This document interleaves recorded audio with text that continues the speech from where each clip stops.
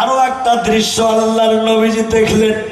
দেখার পর নবীজি সহ্য করতে পারলেন না। মিরাজ থেকে যখন ফিরত আসলেন, একদিন দয়ার নবীজি বিনয়া বিনয়া কান্দে। নবীজির গাল বয়ে বয়ে পানি পড়ে। নবীজির মেয়ে ফাতেমা বলছে, আব্বু গো, আপনি কেন এইভাবে কান্না করতেছে? ও আব্বা, জন্মের আগে আপনি আপনার আব্বা জানকে হারিয়েছে।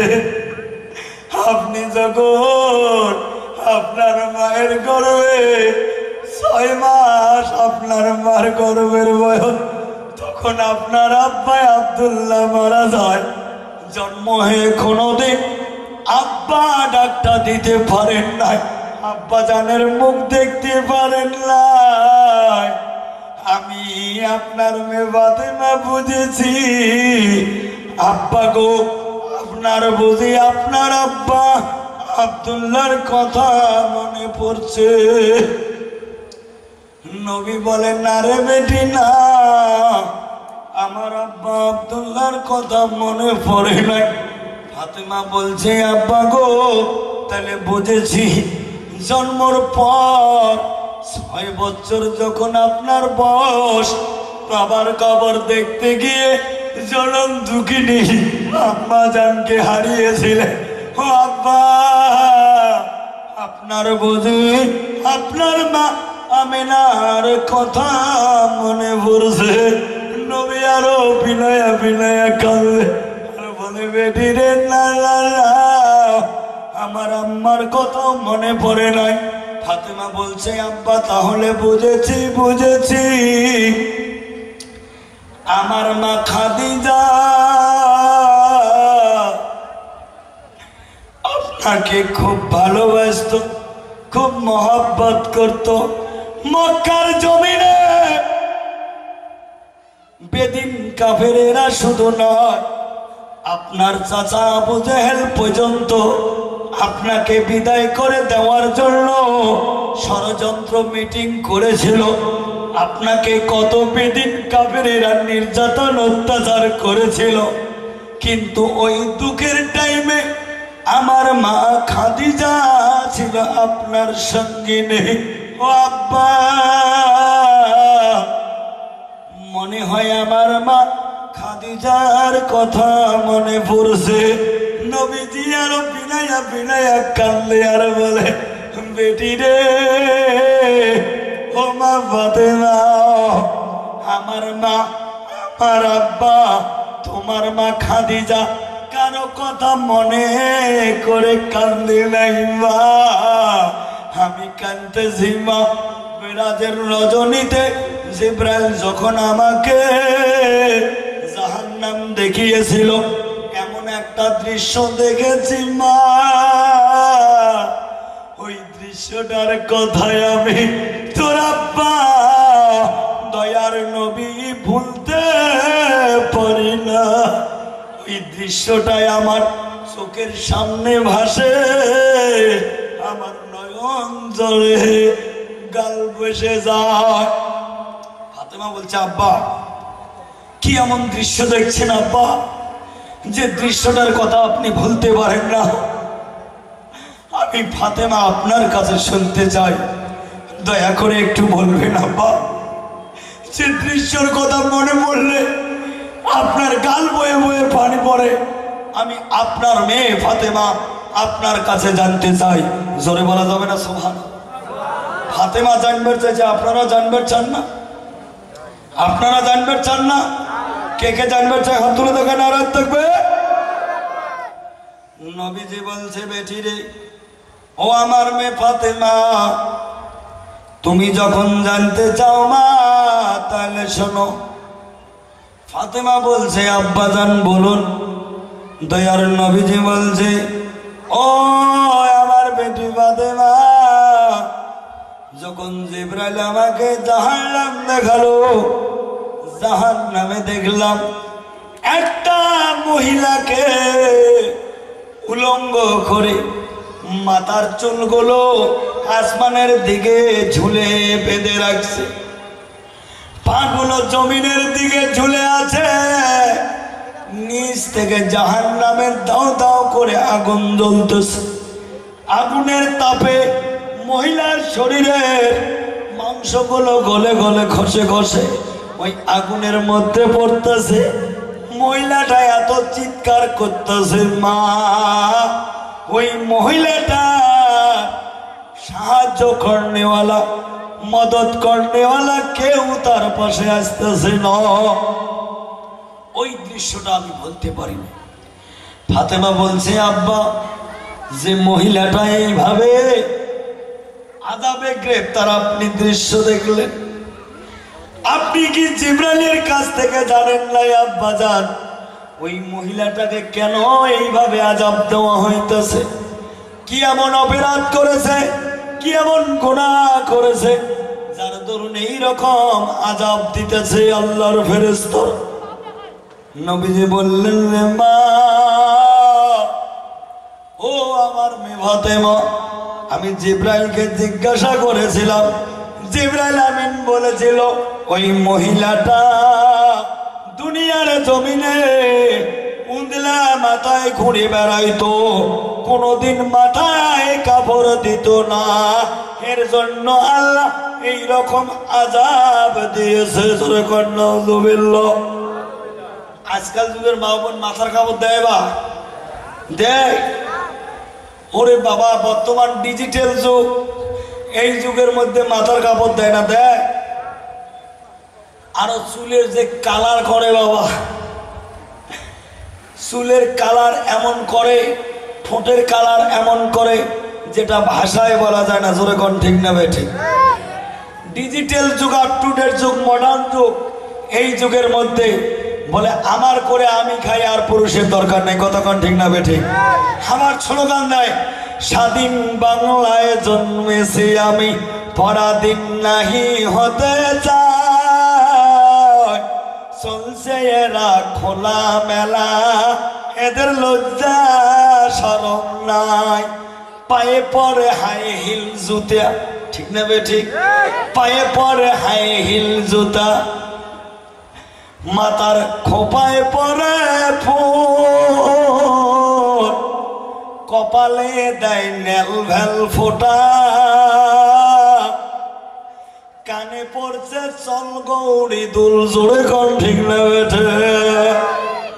ও মা, ও আমার আম্মা জানেরা, খালা ফুফু মাসিরা, তোমার জন্য জান্নাত যাওয়া খুব সহজ মা।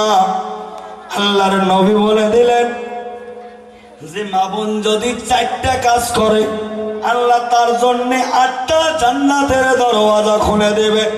জোরে বলা যাবে না সুবহানাল্লাহ? নারায় থাকবে। কয়টা কাজ? 4টে কাজ। 1 নম্বর কাজ হলো ইজা সাল্লাত খামসাহা, 5 ওয়াক্তের নামাজ পড়বে, ওয়া সাওমা শাহরাহা, রমজান মাসে রোজা রাখবে, ওয়া আতা যাওজাহা, স্বামীর খেদমত করবে। কার খেদমত? স্বামীর খেদমত।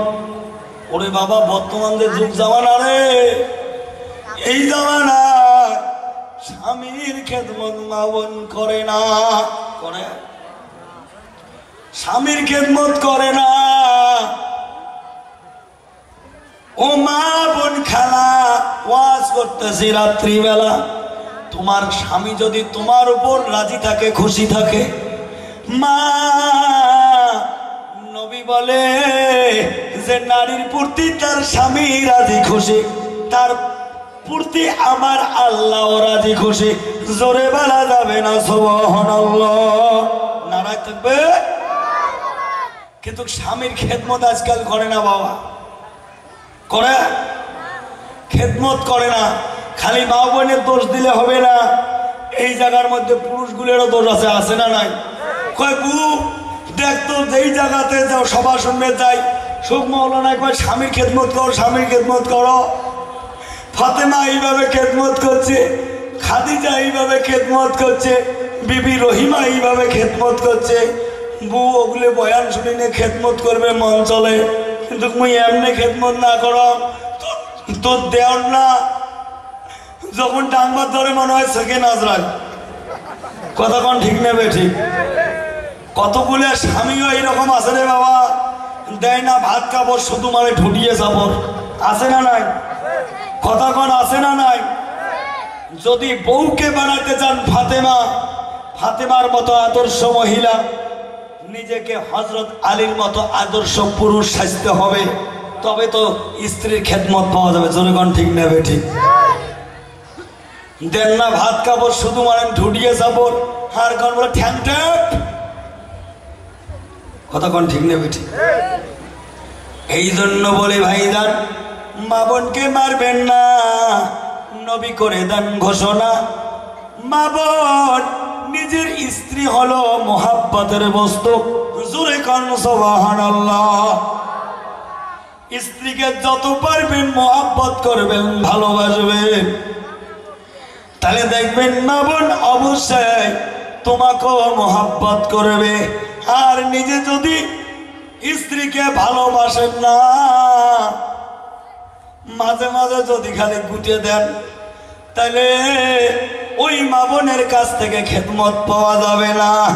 ও মা বোন আমার, হয়তো অনেকে বলতে পারেন হুজুর আমার স্বামীটা খুব বদমেজাজি। ও মা, হযরতে আসিয়া ফিরাউনের স্ত্রী, যার নাম ছিল আসিয়া, আসিয়া এত পরহেজগার নারী ছিল গো, আসিয়া এত ধর্মভীরু নারী ছিল গো, ফিরাউন এত অত্যাচারী ছিল, নিজে আল্লাহ বলে দাবি করত। কথা কোন ঠিক না ঠিক? এত নির্যাতন, এত অত্যাচার করেছিল, কিন্তু আসিয়া কোনদিন আল্লাহর প্রতি যে ঈমান নিয়েছে সেখান থেকে বিগড়ে যায় নাই। আজকাল যুগের মা বোন এমন রে, একটু যদি কড়া মেজাজ দেখায় তাহলে মুই দেই তোমার সংসার করবে না, অন্য কাজ হলে কতদিনে গেল হয়। কথা কোন ঠিক নেবে ঠিক? ভাইজান, ও যুবক বন্ধুরা, মুরব্বী বাবাজিরা, নামাজের কথা বলতেছিলাম। নামাজ হলো জান্নাতের চাবি। এই নামাজ আমাদের সবাইকে পড়তে হবে। এই নামাজ বিহীন আল্লাহর ভালোবাসা পাওয়া যাবে না। যে ব্যক্তি সময়ের প্রতি লক্ষ্য রেখে 5 ওয়াক্তের নামাজ ইহতিমামের সহিত আদায় করবে, আল্লাহ তাদের জন্য 5টা পুরস্কারের বাজেট করে রেখেছে। জোরে বলা যাবে না সুবহানাল্লাহ? নারাজ থাকবে। এই 5টা পুরস্কারের কথা কম বেশি সবাই জানি। দাওয়াতে তাবলীগ মেহনতে আমরা সবাই মেহনত করি, কম বেশি এই 5টা পুরস্কারের কথা জানি। তার ভিতরে সর্বশেষ 5ম নম্বর যেটা পুরস্কার, সেটা হলো আল্লাহ বিনা হিসাবে জান্নাতে দাখিল করাবে। জোরে কোন সুবহানাল্লাহ? তো এই নামাজ পড়তে হবে না বাবা? পড়তে হবে না? এই নামাজ আল্লাহর যদি ইবাদত করতে যাও, जिंदगी में बंदगी तो करना है, जिंदगी में बंदगी शर्मिंदा है। जिंदगी बंदगी করতে হবে। এই বন্দেগি করতে গেলে বাবা ইলমের দরকার আছে না নাই? ইলমের দরকার আছে। আল্লাহর নবী বলে দিয়েছে, ইলম শিক্ষা করার জন্য যদি তোমাকে চিন্তার সদৃশ জায়গা ভ্রমণ করতে হয়, গিয়ে যদি ইলম হাসিল করতে হয়, তথাপি তোমরা দিনী ইলম হাসিল করো। জোরে বলা যাবে না সুবহানাল্লাহ?